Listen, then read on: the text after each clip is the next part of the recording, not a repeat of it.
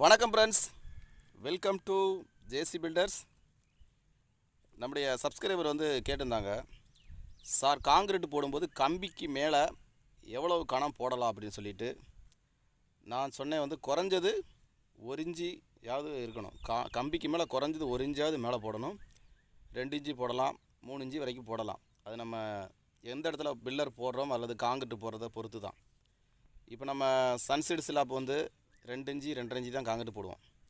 அந்த இடத்துல நம்ம கம்பிக்கு மேலே 1 இன்ச்சுக்கு மேலே போட முடியாது. காங்கிரீட்டாக இருந்தால் கம்பிக்கு மேலே 1.5 இன்ச்சு வரைக்கும் போடலாம், 2 இன்ச்சு கூட போடலாம்.